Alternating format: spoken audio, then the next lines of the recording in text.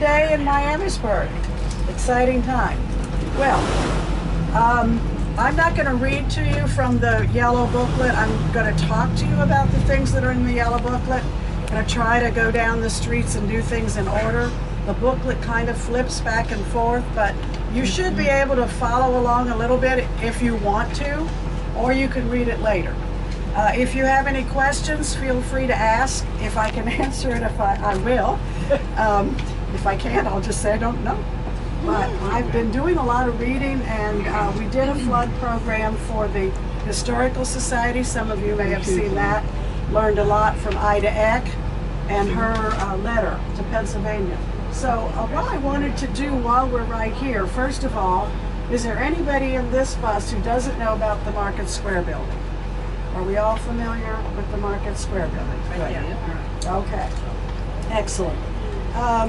And as we go down Main Street, we're going to stop 3 or 4 times and point out various things. But one of the things you're looking for is the flood sign, the flood level sign on the buildings. Most of the buildings that I'm going to talk about, you will see a flood level sign. I am throwing in some additional information on some of the places of interest, even if they don't have a flood level sign, but that's just the way it is. They didn't pay for a sign, but I'm going to talk about them anyway. All right, so we're going to I was go around the corner and see how close to the edge it is. I wasn't very good. That's when I went with Sherry. Here's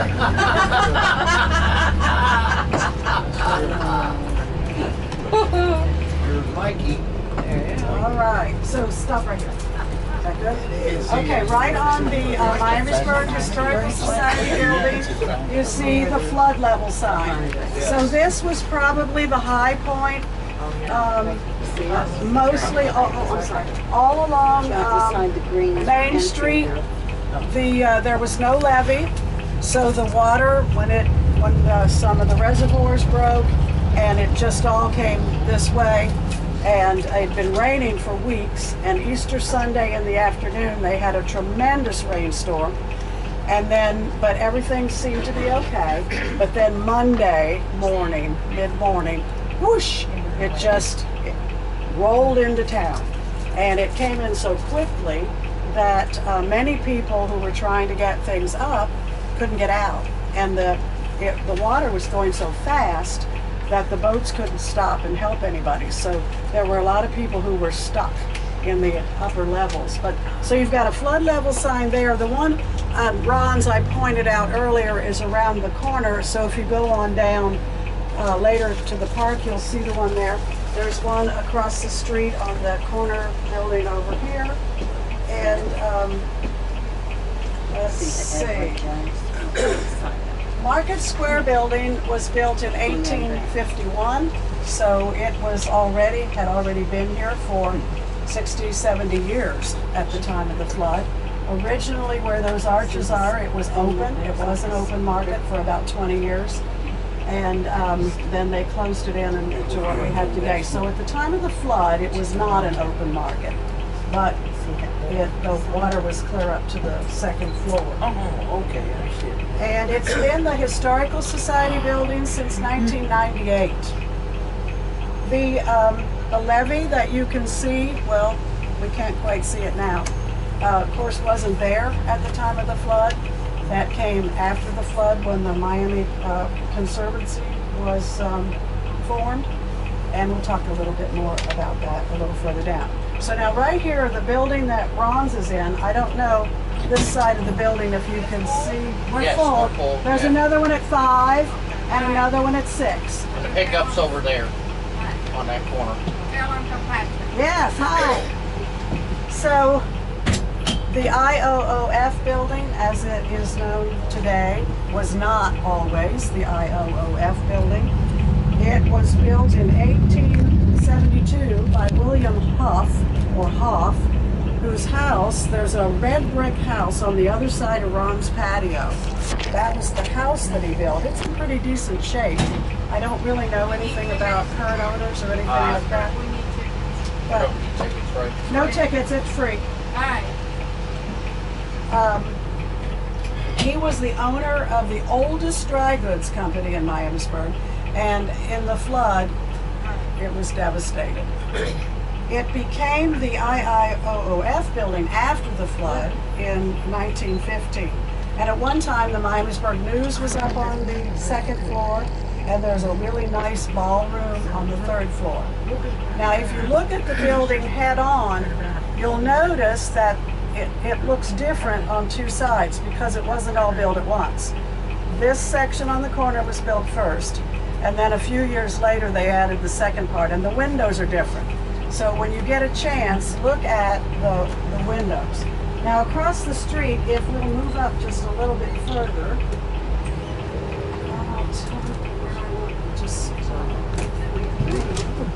oopsie, there's got a couple red grams. A little bit further. How about right here? All right, so on this corner, this is another building that's been here. This one is actually older. It was 1847, and it's called the Ross Building. It has Jones investment in it now. The first use of the building was Weaver's Grocery Store. So in 1847, Miamisburg had a grocery store on this corner. But after the flood is when it became the Rost Building, and the Rost Bakery was in there. And they were there a long time, so I know people who lived in I think they were still here when we came to town in 1960, but there was a doorway over on the other side. It wasn't up here. It was off of Central. But that was, he was a German and quite successful. At one time, the Masonic Lodge met in the second floor. In the 1800s, they met on the second floor. Now, over here, some of you may be aware of the B&B Riverfront Hall. I don't know if you can see it, but on between the thrift shop and that next building, there's a blue sign that says B&B Riverfront Hall. They have free refreshments after you get off the bus. If you walk over and go in through that little opening, they'll have some free refreshments for you. Now, let's go up just a little bit further and stop at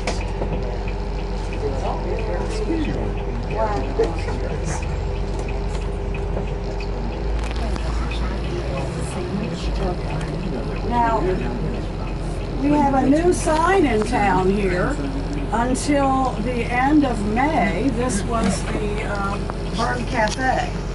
But he closed down the last day of May and sold to the gal who's been over at the Old Schoolhouse Diner, and she's planning on opening up the Old School. And I don't know, I asked somebody the other day, are they still going to have the Old Schoolhouse Diner in the Old Schoolhouse? And the person I asked didn't know. Yes, what she's going to do is now is going to do a complete switch, and she's going to be selling pet supplies that she has been making out of her home and selling online. Yeah, it's pet treats or something, edible pet treats, I think. Yeah, she had a few of those when she first started. Yes. Out, so. All right, so this originally was built as a home for Bernard and William Pansy. And they had a grocery store, so this was another grocery store and a hardware store, and then they lived upstairs in this next area. And there's a flood. Now you can get a really good look at the flood level sign here. So again, you can see that people who were trying to move things from the first floor up to the second floor, and then in a good many of the homes, it got into the second floor, so they still lost almost everything. All right, let's go to, actually, well, let's just go to that, where that canopy is. Okay, so while we're moving forward, where the B&B River Hall is, that was the home of William and Esther Jansen. She ran a gift shop, and he was the mayor. And that was in the early 1800s. So that particular, in fact, somebody told me they thought that might be the oldest of the houses that's here on Main Street that was actually built to be a house. Okay, I told you about the refreshments. So now we're coming up to I'm sure a lot of you remember when it was the theater. But in the very earliest days of Miamisburg, there was a different building here, and in 1818, it's where they met the officials. It was a hotel, the Washington Hotel. Miamisburg had 5 hotels back then, and the Washington Hotel was right here. And they met and decided to change the name from Hull Station, which is what it had been called since 1797 when Zachariah Hull came, and they changed the name to Miamisburg. So Miami for the Miami Indians and the Miami River, Burg, which is the German word for town or village, because most of the early settlers were of German descent. Okay, so then the Plaza Theater was built in here when they tore down the old hotel. I don't have a date on that, but I'm also sure you remember when it was Sorrell's Western shop and the horse up there. I love the horse. And of course, now Sutton's building is not a historic building because what was here was destroyed. But the Sutton's have been in business for, I believe the number of years is 116 years. They started in a different location and then the center, and then they bought this and they bought that. So it's been a very significant part of town, and the Phil Howard's drugstore was a significant part of town right here. So let's move on up a little ways, and the second flag on the left is where we want to stop. Never saw that sign. Did you see that party? Has that always been there? Unfortunately, we lost what was becoming a nice renovation of the building last summer. All right, where are we going to stop here now? Maybe just a little bit further. We have 3 buildings that we want to talk about here. Of course, the one on the corner over here, the Miami Hotel. And if you look at any old pictures of Miamisburg, and Miamisburg today is like the Miamisburg of old. This town loves a parade. And there are always parades going on. And so there are pictures of all the parades, and you always see the Miami Hotel in those early parades, and that's the one on the corner. So that was probably the biggest hotel of all the hotels that were here. That building was built in 1830, so it goes back almost as far as just about anything else. That's where the Taste of Wine is now. But on this side of it, where there's a square sign with a B in the center, okay, that is a new business. It's called Urban Loft Boutique. I think it's only been open maybe a month. And ladies, it's a good place to check out. It's got some neat stuff. Now, when that building was first put, it was added on to the Miami Hotel in 1872. So it's younger than the main part of the hotel, but it was a men's haberdashery. So men who were traveling could, while they were staying at the hotel, if they needed some new clothes, they could shop right next door. It also, in the 1950s, was a Kroger store. Now, I came to town in 1960, and they had just opened out in the plaza, so I don't remember this being a Kroger store, but evidently it had been a Kroger store for a while. Now, on the other side of the street, well, let me just add one thing about the hotel. It's one of the oldest commercial structures in the city, and it was a stagecoach stop. So it really did get a lot of traffic. There was a tavern on the first floor. There were rooms where you could spend the night, and there was gambling on the second floor. Now the house on the building on the corner on this side, Got a red light, so- While we're stopped at the red light, the building on the corner on this side, and we've got some pretty prominent flood signs here that you should be able to find. Right on the very corner, the little shop of Stitches. She's been open about 3 or 4 months, I think.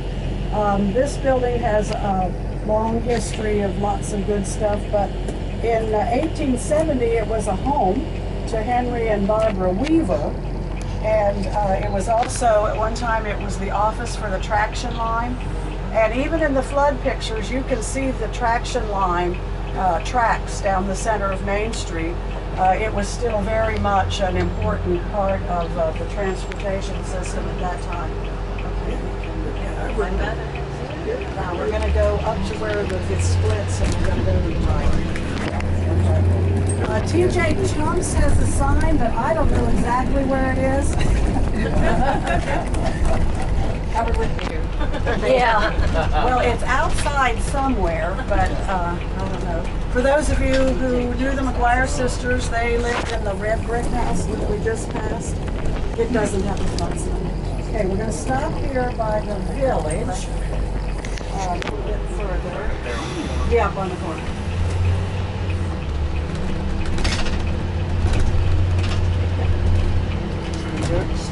When we do walks with the kids and we walk down through here, I like to point out the cellar doors that go down into the basement.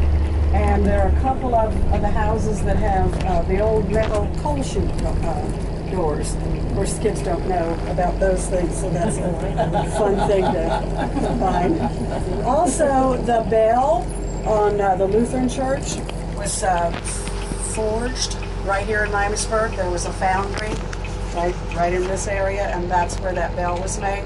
When they first put it up, the people decided they didn't like the sound very well, and so they donated silver coins, silver spoons, silver teacups. They melted it and reformed the bell with the silver added, and they were very happy with the new sound, and that's the bell we still hear. Okay, here we have the village. We have the Daniel Gebhardt Tavern, and there is a flood sign. If the stop sign isn't tied in it, yeah, we're going to come around the corner. In fact, we can go ahead and do that. Okay. We won't be in any, well, we're not down by this way either, so. Is there anyone who has not been to the village, who's never visited? Okay. We're open every Sunday from 2 to 5. It's free. This is the village? This is the historic village. Okay. So we have the Daniel Gebhardt Tavern, which is 1811. There were 4 families who came to town and really established Miamisburg. Valentine Gebhardt was one of those 4 families. He had a son, Daniel. He died not Daniel, the father, Valentine, died not too long after he came to Miamisburg. And his son, Daniel, thought this would be an excellent place for a tavern. We've got the river right in front of us, and of course then there was no levee, so it was just a straight shot right down to the river, and a lot of river traffic coming through. Jacob Kircher was another of the 4 founders, and his home was discovered a few years back by Les Wade, and the city was going to tear it down because it was in the way of the park. The Historical Society managed to come up with enough money to get it moved, and took off everything that had been added and brought it down here. It was built in 1809, so it's actually a couple of years older than the tavern, and is probably the oldest structure in Miamisburg that still stands from original. It would be more valuable if it had been built right here, but it was built 2 blocks up the street. If you've ever looked at the plot plans of Miamisburg, Miamisburg was 2 blocks this way and 2 blocks this way, with an original 90 lots that were sold to develop the town. It was part of the Sims purchase, and one of the rules if you bought a plot was that you had to build a house on it within a year and you had to live in it. Another rule was that the house had to be covered with siding and plastered on the inside. We're lucky that they had that rule because we would have lost the house otherwise in all of that time. Okay, we're going to go down around the corner. Judy Wurstel in the apron is the head honcho who runs the village. She makes sure that we have people here every Sunday from 2 to 5. She also is in charge of the children's education program that we have for all of the third graders in Miamisburg. So let's just stop up here for a second. So now, of course, we can see the levee and get a feel for if the levee wasn't here, we'd be just looking a straight shot to the river. And because of the Miami Conservancy and the people in Dayton primarily, Patterson and Deeds and Kettering and some other folks who got together and said, we have to make sure this never happens again. And they built 5 dams and a series of levees. And I always like to tell the children when we talk about the flood that they don't have to worry. Miamisburg's never going to flood again because of those dams and levees and things that have been built. All right, we're going to head on up the road a little bit. And at the corner, when we get to the stop sign, we're going to turn right. Sitting over there.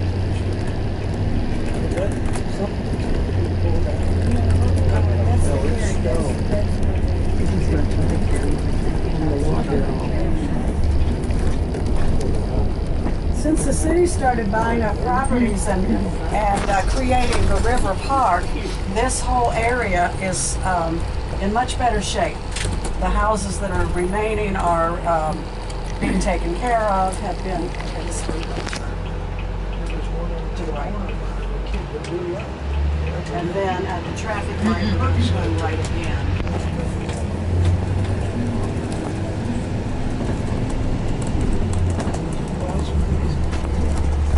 Now you can see the flood sign on the little shop of stitches on this side. They put one on both sides so you can see the one right there. And again, you can get a good look at the one on the old Miami Hotel. Now, when you get down here, instead of going off to the right, you're going to go straight. And you're down to the where TJ Chumps is now, of course, that was not there. That's not an old building. In 1836, there was a grocery store there, and then it was a hardware store, but it had to be torn down. And then it was a car dealership for quite a while. But the 1913 flood took away everything that was on that corner. And of course now it's a very popular restaurant. Okay, we're going to go to the traffic light and we're going to turn left and just stop as soon as you get around. Nothing down in through here of a general nature was here. If there were some houses, most of which were not as substantial, so they